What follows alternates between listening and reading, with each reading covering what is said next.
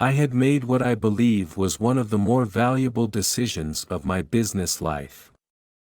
This was to confine all efforts solely to making major gains in the long run. The successful investor is usually an individual who is inherently interested in business problems.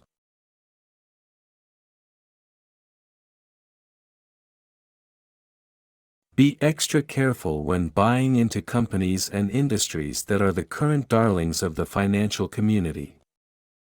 The stock market is filled with individuals who know the price of everything, but the value of nothing. Practical investors usually learn their problem is finding enough outstanding investments, rather than choosing among too many.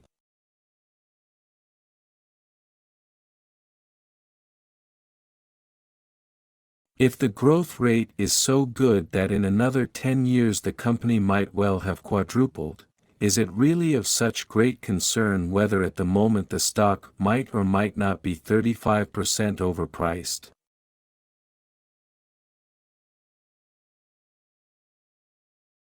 One, which I mentioned several times elsewhere, is the need for patience if big profits are to be made from investment.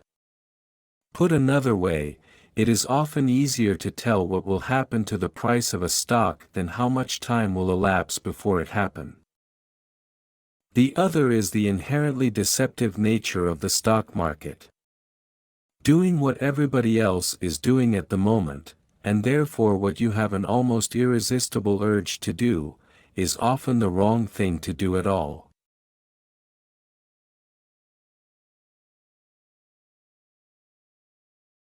Even in those earlier times, finding the really outstanding companies and staying with them through all the fluctuations of a gyrating market proved far more profitable to far more people than did the more colorful practice of trying to buy them cheap and sell them dear.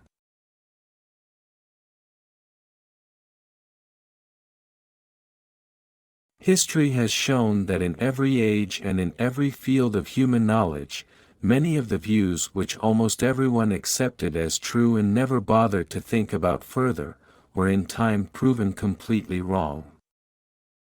Of one thing the investor can be certain: a large company's need to bring in a new chief executive from the outside is a damning sign of something basically wrong with the existing management. No matter how good the surface signs may have been as indicated by the most recent earnings statement.